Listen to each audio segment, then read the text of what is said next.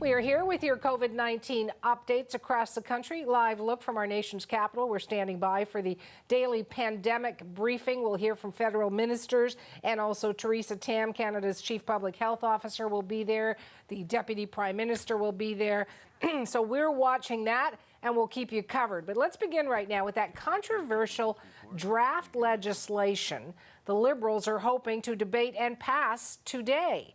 CBC's Janice McGregor is tracking the story live from our nation's capital. So how is the afternoon looking there with this debate and the controversial nature of it, Janice? Well, Suhana, the Liberal government has called the House of Commons back. It will meet in a proper House of Commons setting as of 2:30 this afternoon. We know there will be a piece of legislation introduced, but after that, that might be it, actually, because in order to proceed with other bits of COVID-19 legislation, they have required unanimous consent from all of the opposition parties in order to debate it and pass it in one shot. We've seen the Liberals emerge from days of fraught negotiations with the opposition parties and pull that off several times over the course of the spring. But today doesn't look like it's going to work. And in fact, I'm told by people from various parties that everyone seems to be kind of dug in and resigned to this fact. We're not really anticipating last-minute gamesmanship, although you can never say never. Maybe you rule it out. Here is Government House Leader Pablo Rodriguez putting, maybe the best possible spin on it from his perspective earlier this morning. I'm a bit disappointed. I don't feel that we're heading to unanimous consent. Maybe things can change. Again, I'm an optimistic. I remember one night we got a deal at 3 a.m. and we debated till 6 a.m. I mean, we're here for Canadians. We're not here for us or for the Liberal Party, the government, whoever. We're here for Canadians. And I hope that the other parties join in and we can move forward. So Rodriguez kind of being philosophical, saying, look, you don't always get what you want. This is all part of the game. But the stakes of not passing this bill are actually significant. It isn't a game, some of the things that this legislation is designed to do. And in fact, speaking of getting what you want, the Liberals are trying to say, look, this legislation is making changes that people told us were necessary, that people wanted to see happen. So let's remind people what's in it. They are making changes to the wage subsidy bill, extending it for a longer period of time, changing some of the eligibility rules that hadn't really been working. And we know the uptake for that program hasn't been what the government hoped so far. It is making changes to deadlines that are required in civil court proceedings. For example, if you need to make an appeal in a divorce court matter, for example, or if you are a business that is restructuring to avoid bankruptcy, it's been difficult for you to do that when civil courts haven't been available to you during this pandemic. This bill extends some deadlines to give you some breathing room to do that at a later date. And this bill also would enable the paying out of the special one-time disability payment, which, people say it doesn't cover enough people. There have been critiques of that, but it can't proceed at all unless they make the change that's in this bill. Finally, and most controversially, and this is the thing that the NDP in particular don't like, they are making some changes to how the CERB, the emergency response benefit, works. They are making it more clear that if you have work available to you, you do not take this benefit. But more importantly, to drive that point home, they're going to start punishing people who are making fraudulent claims and inappropriately trying to get their hands on this money. Now, how often does that happen? Point you to a story by my CBC colleague Kathleen Harris online, some numbers she has found. First of all, the government now telling us that they've had about 600 tips of potentially fraudulent behavior, things that needed investigating, people claiming COVID-19 benefits when they shouldn't have. That's interesting in light of the fact that we know 8.4 million Canadians are receiving this benefit. Fairly small incidents, perhaps. Look at this next number. It has been possible over the last couple of weeks to pay back to the government if you had received this money in error, or maybe you thought you didn't have work, then you discovered you did, so you shouldn't have received it.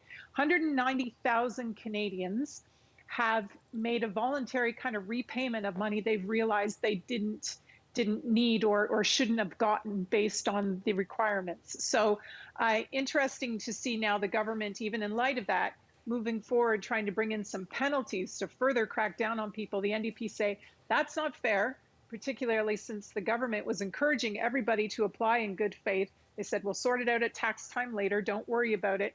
Wanting to get desperate people their money fast. They say this is changing the rules midstream, retroactively, putting in fines and a potential jail sentence even for people who have claimed this money if they shouldn't have. So the sides very far apart, frankly, Suhana, in how they see this. All right, thanks for that, Janice. Something else I want to have you watching, Janice, and that's taking place in our nation's capital right now. We're giving our viewers a live look at the Deputy Prime Minister, Chrystia Freeland, giving us an update from this COVID pandemic and how the government is dealing with things. I can tell you that the Treasury Board President, Jean-Yves Duclos, also in the room. I believe Minister Mary Ng, Small Business, is joining on screen, and we'll, of course, have Theresa Tam comments from her as well. So we'll listen in live here on CBC News Network. These numbers change quickly and are updated regularly on canada.ca/coronavirus. So since Dr. Tam and Dr. New can't be with us this afternoon, I'll start by reading out the latest numbers on COVID-19 in Canada. As of the end of the day on Tuesday, June 9th, there were 96,653 confirmed cases, including 7,894 deaths and 55,572, or 58% of people who have now recovered. Labs across Canada have tested 1,955,719 people for COVID-19 to date. Over the past week, Canada has been testing an average of 33,000 people daily, with 2% of these people testing positive. These numbers do change quickly and are updated regularly on our website, canada.ca/coronavirus. So today we will hear from, first of all, by video link, the Minister of Small Business, Export Promotion and International Trade, Mary Ng, et le Président du Conseil du Trésor, Jean-Yves Duclos. Mary. And also from Jean-Yves Duclos. Thank you so much, Deputy Prime Minister. Bonjour tout le monde. From the very beginning of the COVID-19 pandemic, our government has been fighting for entrepreneurs, for workers, and small business owners across the country. Dans les semaines à venir, les petites entreprises seront essentielles. In the coming weeks, small businesses will be important in the relaunch activities and will be important because they will allow millions of Canadians to go back to work as we take targeted measures in order to restart our economy. We enter this new phase of the crisis. We're seeing restrictions starting to be lifted, businesses and shops opening back up, and many Canadians starting to go back to work. But the threat of COVID-19 is still very real, and we don't want to lose the progress that we have made over the past weeks. As we begin to restart our economy, we want to ensure that business owners have the tools that they need to ensure the safety of their employees and customers in their stores, in their shops, and offices. Today, I'm delighted to announce our government's partnership with the Post Promise program, a private sector initiative led by various organizations, including the Business Council of Canada. It calls on businesses to commit to following 5 key public health actions to help prevent the spread of COVID-19. Maintaining physical distance, washing hands, cleaning regularly, staying home if unwell, and practicing respiratory etiquette, including wearing a mask when physical distancing is difficult. Whether you're a restaurant, a tech startup, or a store on Main Street, by displaying this Post Promise logo, here it is, en français. By displaying this Post Promise logo, you'll be able to reassure customers that you're doing your part to help protect Canadians' health and safety. You can visit postpromise.com for more details. You can visit postpromise.com, where you will also be able to find Public Health Agency of Canada guidelines, as well as sector-specific health and safety recommendations from the Canadian Centre for Occupational Health and Safety. The Post Promise campaign is a perfect example of business leaders stepping up, as well as government and private sector coming together to ensure that people are safe as we restart and rebuild. And as businesses begin to open their doors, we know that things are not back to normal. Things are still tough. That is where our supports come in. We encourage you as business owners to take advantage of the help that is there for you and your employees. Our Canada Emergency Wage Subsidy is supporting over 2.6 million Canadian jobs, and we've extended it until the end of August so that it can help you begin to reopen your doors. Please use it to retain and to rehire workers if you haven't done so already. We've stepped up to partner with the provinces and territories to lessen the financial pressures on your businesses with the Canada Emergency Commercial Rent Assistance. We strongly are urging landlords to continue applying because it makes financial sense and will help restart our economy. And as a business owner and entrepreneur, you can also get access to the interest-free $40,000 loan from either your bank or credit union, which to date has helped over 660,000 businesses so far and more every day. And finally, I will remind small business owners of the free hotline we launched recently so that you can speak to a financial advisor or accountant for customized financial guidance. You can call the Business Resilience Service 7 days a week at 1-866-989-1080. Nous savons que les semaines et mois à venir seront difficiles. We know that the coming weeks and months will be difficult for many. Small businesses and all Canadians as we get through this together. Merci beaucoup. Okay, thank you very much, Mary. Et maintenant, je donne la parole au président du Conseil du Trésor. And now, I will give the floor to Jean-Yves Duclos.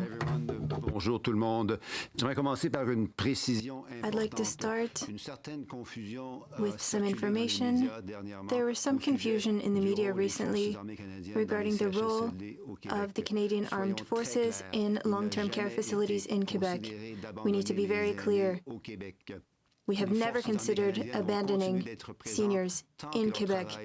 The armed forces will stay in Quebec as long as they are needed. As Ministers Qualtrough and Rodriguez said this morning, we are in important conversations with opposition leaders around the importance of delivering the important support that was announced last week for people with disabilities.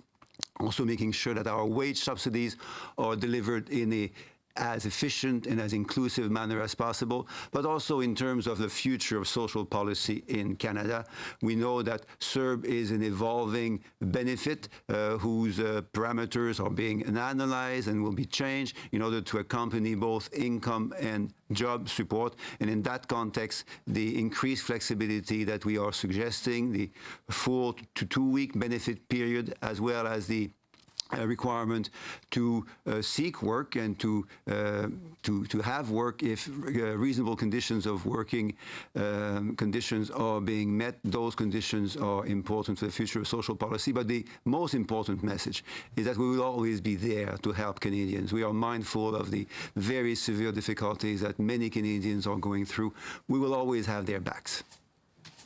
Thank you very much, Jean-Yves. Et on est prête maintenant à répondre à vos questions, Carl. We're now ready to answer your questions. 3 questions on the phone, 1 question, 1 follow-up before we turn to the room. Operator, over to you. Thank you. Merci. Please press star 1 on your telephone keypad if you have a question. Veuillez appuyer sur l'étoile 1 si vous avez une question. Our first question, notre première question is from Hélène Bizetti avec Le Devoir. Please go ahead. À vous la parole. Oui, bonjour, Monsieur Duclos. Question from Le Devoir. Monsieur Duclos, regarding what you said on the Canadian Armed Forces, you said that they will remain there as long as they are needed. So does that mean that they will stay in place past Friday? Answer. The answer is clear. The Canadian Armed Forces will be present as long as their presence is necessary and needed in Quebec. Things have improved considerably over the past few weeks, partially thanks to the Canadian Armed Forces' presence.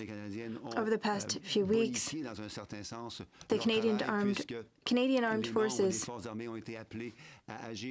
were called to help beyond the first 25 long-term care facilities in Quebec. They showed agility, flexibility, and the capacity to collaborate collaborate with the government of Quebec. This work will continue as long as they are needed. Hélène, a follow-up question. Perhaps some of my colleagues will have questions on this, but Madame Freeland, regarding guardian angels seeking asylum, we heard through the grapevine that you might give these people permanent residency. Can you give us more details on this, please? Answer. By Christia Freeland. Hélène, obviously I cannot discuss confidential matters. Confidentiality of these discussions is important to our government. My colleagues and I need to be able to discuss these important issues privately. Regarding asylum seekers, I would like to repeat and highlight our government's position.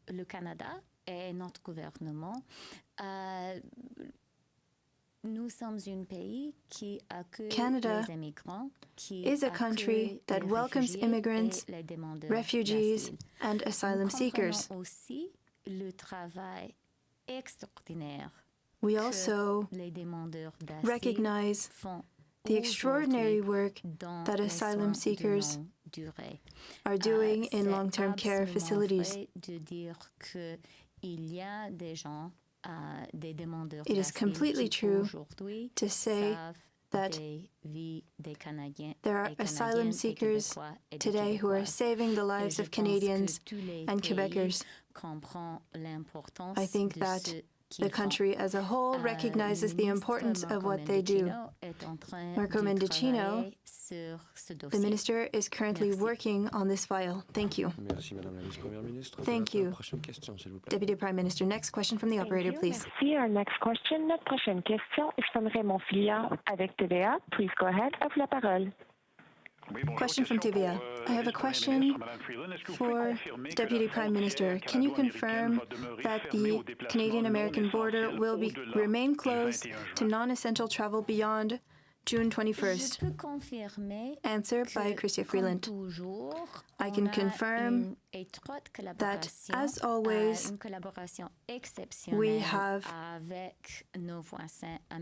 we are closely cooperating with our American neighbors regarding the border.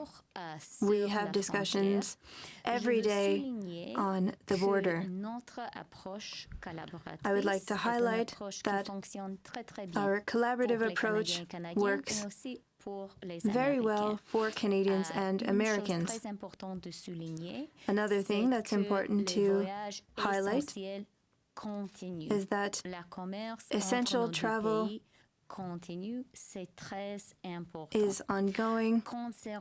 It is very important.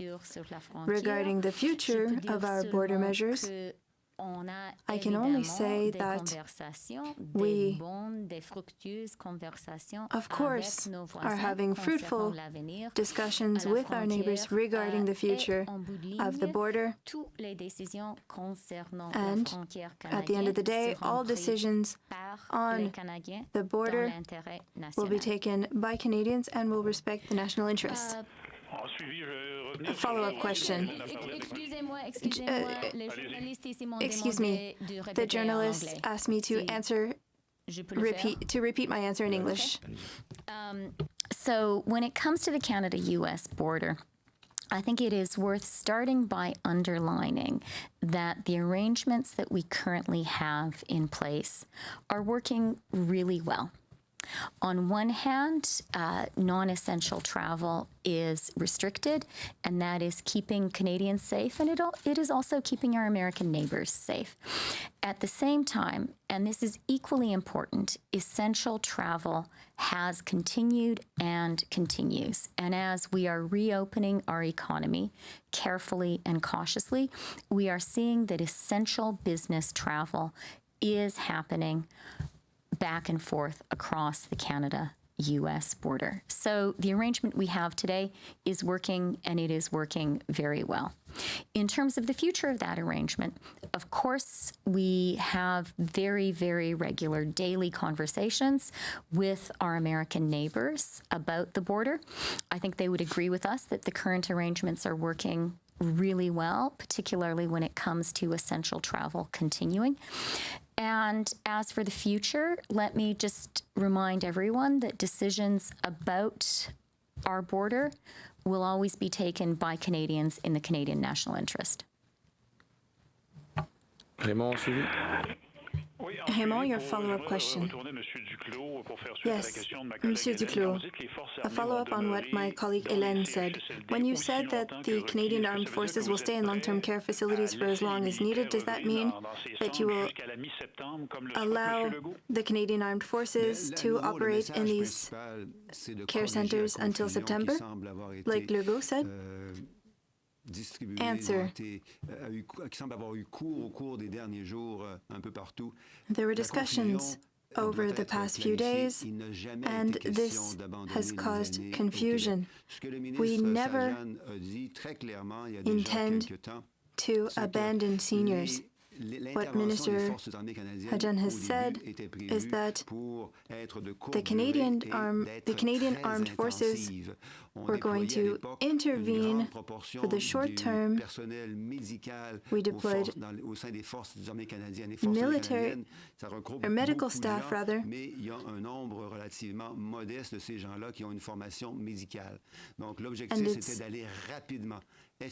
And the goal was to respond quickly in Quebec with 12-hour day schedules, 7 days a week. Many Canadian Armed Forces members were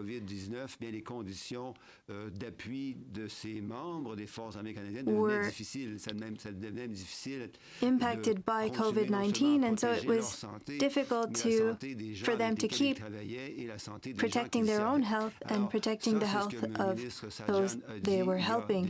That's what Minister Sajan said recently. And what was also said, and that merits repetition, is that the Canadian Armed Forces will stay for as long as they are needed. The working conditions for the Canadian Armed Forces will change as the conditions change in these long-term care facilities. And things have gotten better over the past few weeks thanks to the Canadian Armed Forces presence. And they will continue to be there for as long as they are needed. Thank you, Mr. Minister. Operator, next question, please. Thank you. Merci. Our next question, notre prochaine question, is from Émilie Bergeron avec Agence QMI. Please go ahead. À vous la parole. Question from Agence QMI. Just to follow up on the same issue, for the armed forces, about 900 armed forces members are in these different long-term care facilities. Earlier, we were talking about 25 facilities. The number of facilities has decreased. What does this mean for the future? Does that mean that even more will be removed from these facilities? Answer. The number has decreased for two good reasons. First off, in a lot of these facilities, we went from red or orange indicators to a green indicator, which means that the situation is under control in those facilities, and so the Canadian Armed Forces do not need to be there anymore. Also, people who were in these facilities before have been moved to other facilities with the collaboration of the Quebec government, and that's great news because when conditions improve in these facilities, it clears up Canadian Armed Forces resources that can be used elsewhere in other facilities and can bring situations from red or orange to green. We want to make sure that seniors have the help that they need, the assistance that they need. We were in an emergency situation with 25 facilities that had been identified, and there was very little wiggle room to help other facilities. A follow-up question, Émilie? Yes. I don't understand.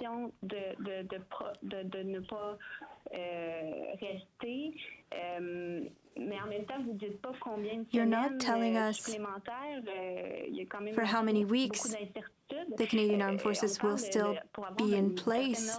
There's a lot of uncertainty. I know that the discussions are still ongoing, but are we talking about 2 or 3 additional weeks? What can you tell us? Answer. I have 2 things that I can say.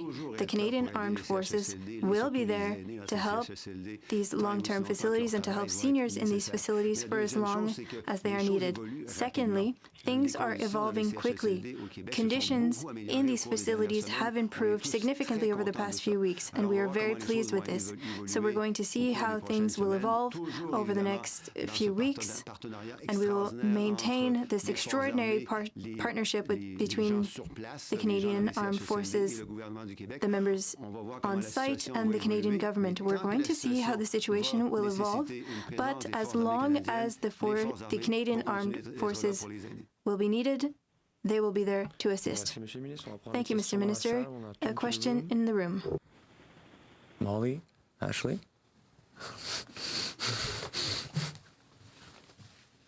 Hi, Ministers. Molly Thomas, CTV National News. I want to ask about the CRA says about 190,000 Canadians have given back, repaid that CERB payment, and I'm just wondering, now they're talking about that there's another 600 alleged abuses, but they need legislation to look into that. I'm wondering why that's the case. Well, thank you for the question. The numbers that you quote are numbers of 2 types. The first type is mostly Canadians that have applied quickly for the CERB initially because they were afraid that they would not have the ability to make ends meet. And at that time, there was also understandable confusion between on the role between EI, employment insurance, and the new CERB. The new CERB was indeed very new. Most Canadians had difficulty understanding exactly how and when it would be delivered. So most of these people, the vast majority of these people, are people that applied twice and received therefore a double payment, and they reimbursed in many cases those half of those double payments. Now, the other number that you quote is an approximate number of potential frauds, but potential frauds is a key word because we don't know whether these are real frauds. We're going to leave this for a moment and take you live to what is unfolding in the House. On your screen right now is Conservative leader, Opposition leader Andrew Scheer posing questions, and the Prime Minister is there. We'll listen in live on this hybrid Commons sitting here on CBC News Network. The government expenditures can be reviewed more closely. The Prime Minister. Mr. Speaker, not only are we tabling a bill this afternoon to help Canadians with the emergency response benefit, but we are asking opposition parties to vote on this measure, and I hope opposition parties will allow a vote to happen and a debate to happen on this bill today. Thank you. Mr. Speaker, the Prime Minister wants parliamentarians to vote on aspects of the government spending. We want the Auditor General to be able to examine that government spending. In fact, under this government, the Auditor General has had to do more with less, and her ability to conduct audits is being affected.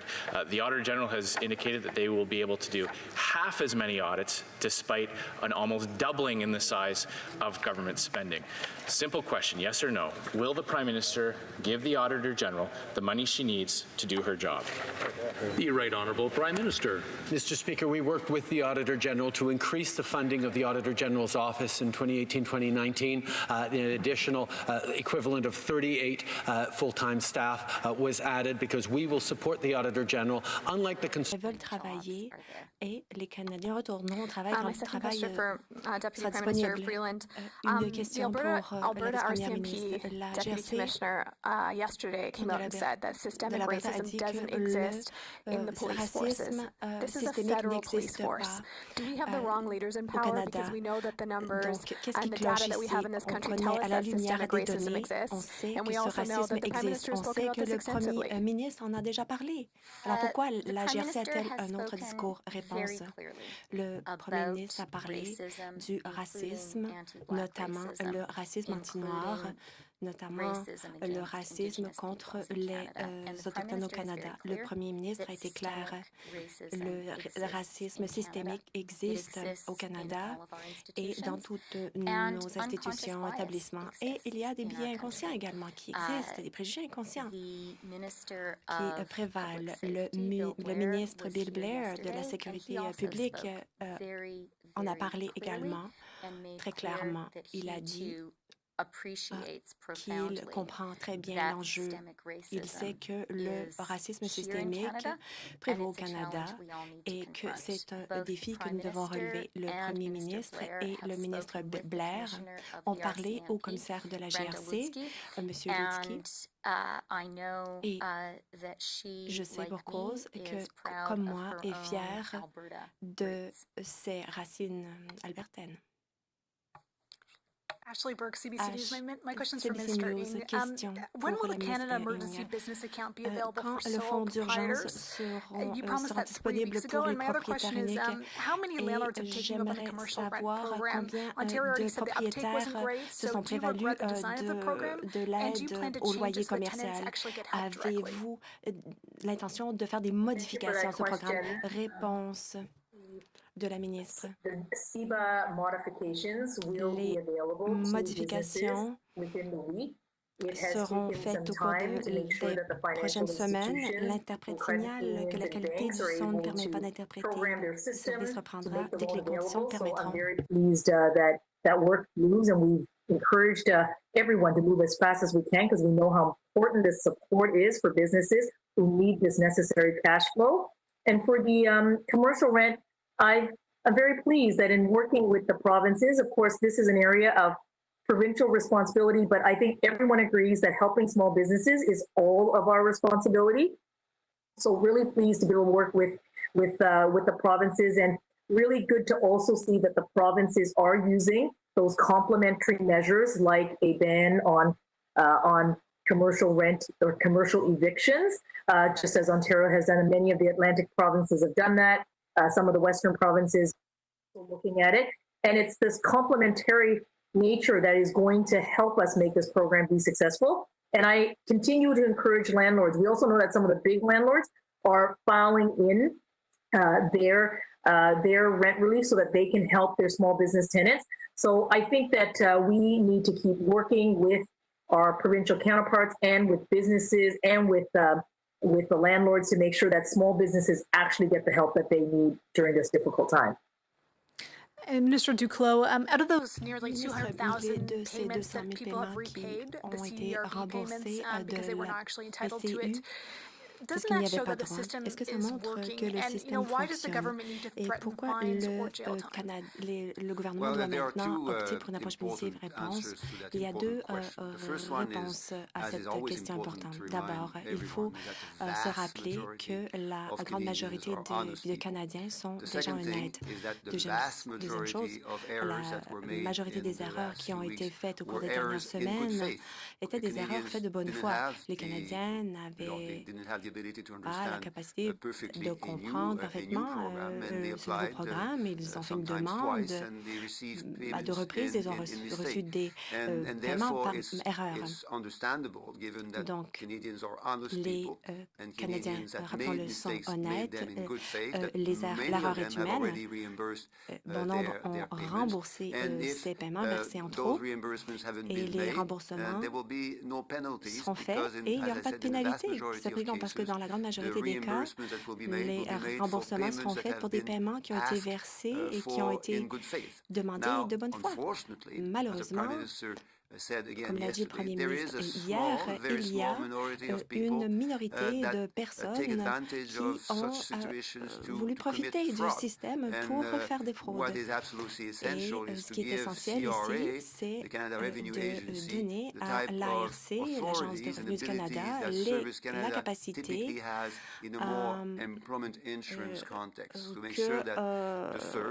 que le Service Canada a dans ce contexte.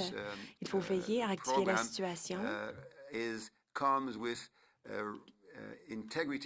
veiller à intégrer des mesures d'intégrité qui ressemblent à ce que le Service Canada a dans le cadre de l'assurance emploi.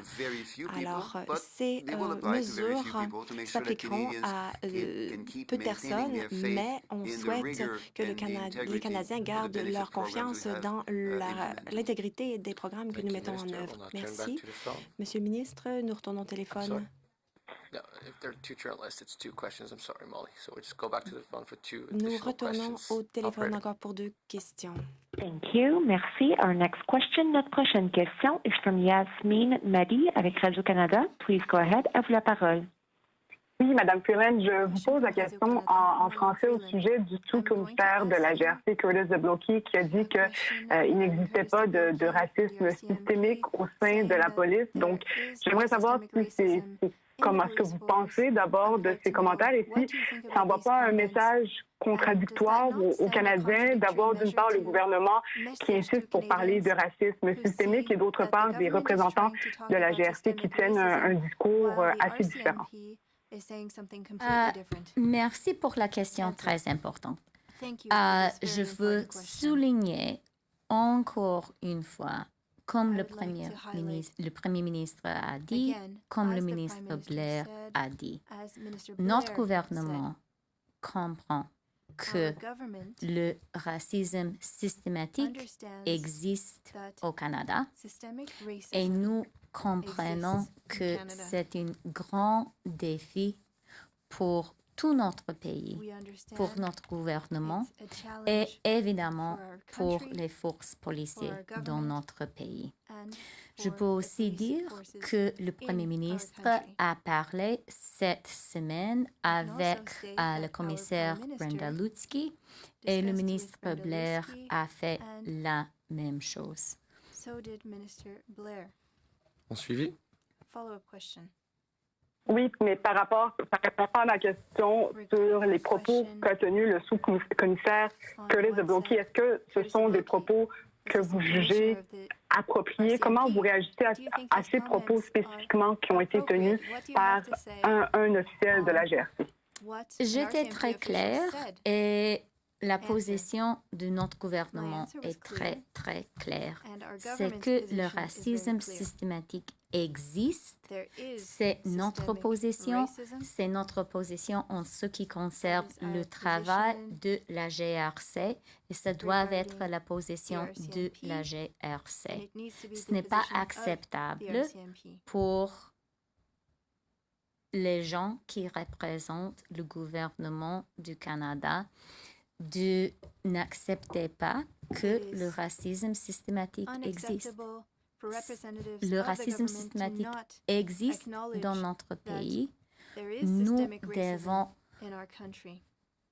comprendre ça et nous devons, et pas seulement comprendre ça, nous devons prendre les actions concrètes et directes pour démanteler le racisme systématique. Et nous devons comprendre que c'est un travail très, très difficile et c'est un travail pour tous les Canadiens et toutes les Canadiennes. So, just to be very clear, the position of our government, Réponse répétée en anglais. Je tiens à être claire. Quelle est la position de notre gouvernement concernant le racisme systémique au Canada? Nous avons été clairs. C'est sans ambiguïté. Le Premier ministre l'a dit. Nous le reconnaissons. Absolument. Il existe du racisme systémique au Canada. Il existe du racisme contre les Noirs au Canada. Il existe aussi des préjugés qui sont parfois inconscients. Cela représente tout un défi pour notre gouvernement, mais pour tout un chacun aussi. Tout d'abord, il faut reconnaître qu'il existe du racisme systémique. De plus, il faut agir concrètement afin de lutter contre ce racisme.